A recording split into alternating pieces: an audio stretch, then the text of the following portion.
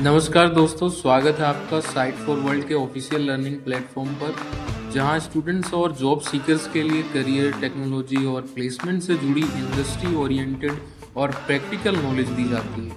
अगर आप अपनी स्किल्स को नेक्स्ट लेवल तक ले जाना चाहते हैं तो आप बिल्कुल सही जगह पर आए हो। चलिए शुरू करते हैं आज का इम्पोर्टेंट सेशन। नमस्ते स्टूडेंट्स, चलिए सीधे टॉपिक में डाइव करते हैं। आज हम डेटाबेस डिजाइन का एक सुपर इंपॉर्टेंट कॉन्सेप्ट समझेंगे, ऑर्गेनाइजेशन और स्पीड के बीच की कांस्टेंट खींचातानी। सवाल ये है कि क्या बेहतर है, डेटा को बिल्कुल साफ सुथरा ऑर्गेनाइज्ड रखना या फिर उस डेटा को रॉकेट की स्पीड से निकालना। ये एक ऐसी दुविधा है जिसे हर डेवलपर को फेस करना पड़ता है। तो चलिए इसकी गहराई में चलते हैं। फोकस मोड ऑन है ना? अच्छा, चलिए एक ऐसी प्रॉब्लम से शुरू करते हैं जो शायद आपको जानी पहचानी लगेगी। मेसी डेटा यानी बिखरा हुआ डेटा। सोचो, एक ऑनलाइन स्टोर के लिए एक सिंपल सी ऑर्डर टेबल है, जैसा कि हम अब देखने वाले हैं। इस टेबल को ध्यान से देखो, कितनी सारी इन्फॉर्मेशन रिपीट हो रही है। एक ही कस्टमर का नाम और एड्रेस हर उस आइटम के लिए बार बार कॉपी किया गया है जो वो ऑर्डर करते हैं। ये सिर्फ इनएफिशिएंट नहीं है, ये काफी रिस्की है। और इससे ऐसी प्रॉब्लम्स होती हैं जिन्हें हम डेटाबेस की दुनिया में अनोमलीज कहते हैं। स्क्रीन पे ध्यान है। अब सोचो, अगर कोई कस्टमर अपना एड्रेस बदलता है तो हमें उनके हर एक पिछले ऑर्डर में जाकर उसे अपडेट करना पड़ेगा। एक भी एंट्री छूट गई तो डेटा इनकंसिस्टेंट हो जाएगा। इसे कहते हैं अपडेट एनोमली। ठीक है, फिर आती है इंसर्ट एनोमली। हम एक नए कस्टमर को ऐड ही नहीं कर सकते जब तक वो कोई ऑर्डर ना दे। और सबसे अजीब है डिलीट एनोमली। अगर हम किसी कस्टमर का आखिरी ऑर्डर डिलीट करते हैं तो कस्टमर की सारी जानकारी ही सिस्टम से गायब हो सकती है। इन सब से डेटा पर भरोसा ही नहीं किया जा सकता। तो इसका सॉल्यूशन क्या है? साफ है कि हमें एक बेहतर तरीके की जरूरत है। और यहीं पर हमारा पहला कोर कॉन्सेप्ट आता है, नॉर्मलाइजेशन।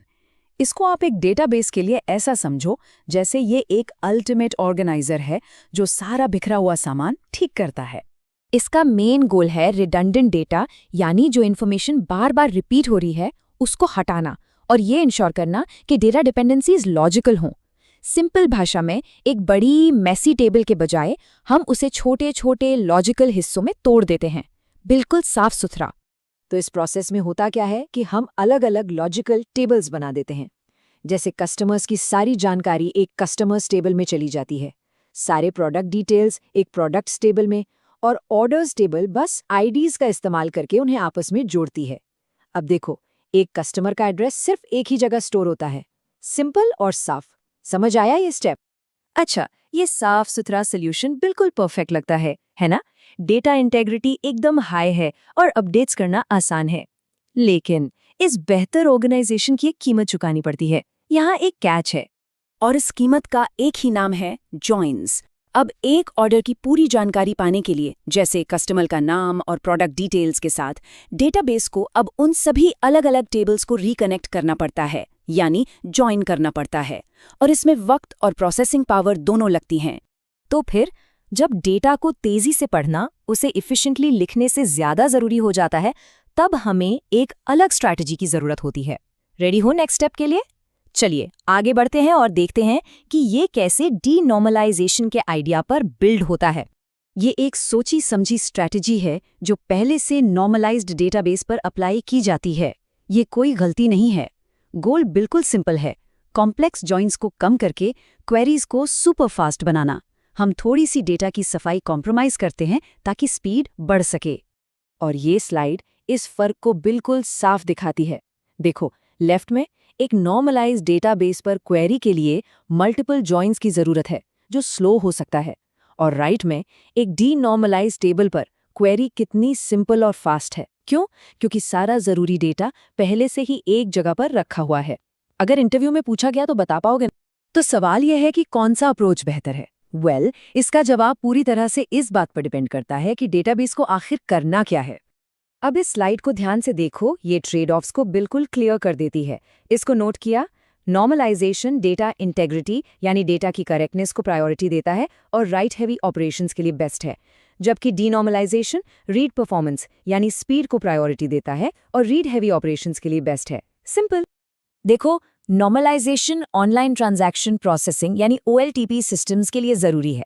ऐसे किसी भी सिस्टम के बारे में सोचो जहां डेटा लगातार लिखा और अपडेट किया जा रहा है, जैसे ई-कॉमर्स चेकआउट या बैंक ट्रांजैक्शंस।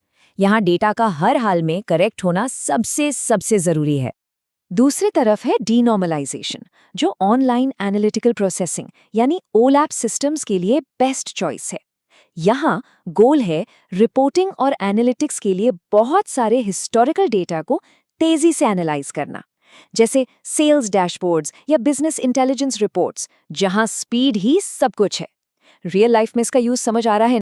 तो आखिर में ये सही या गलत की लड़ाई है ही नहीं, ये एक स्पेसिफिक ज़रूरत के लिए सही बैलेंस ढूंढने के बारे में है। यही सबसे इम्पॉर्टेंट टेकअवे है, इसको याद रखना। असली दुनिया में बहुत सी सिस्टम्स एक हाइब्रिड अप्रोच का इस्तेमाल करते हैं।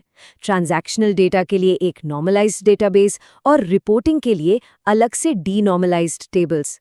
ये एक स्मार्ट और प्रैक्टिकल स्ट्रैटेजी है। तो आखिर में ये सब ट्रेड ऑफ्स का ही खेल है। एक तरफ है परफेक्ट ऑर्गेनाइजेशन और दूसरी तरफ है लाइटनिंग फास्ट स्पीड। अगली बार जब आप कोई ऐप यूज करें तो एक सेकंड के लिए सोचना, इसका डेटाबेस इंटेग्रिटी के लिए ऑप्टिमाइज किया गया है या तेजी से इंसाइट्स देने के लिए।